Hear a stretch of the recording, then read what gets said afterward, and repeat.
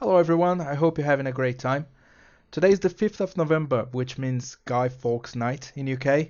The poor guy was arrested while guarding a bunch of explosives under the House of Lords in an attempt to kill King James.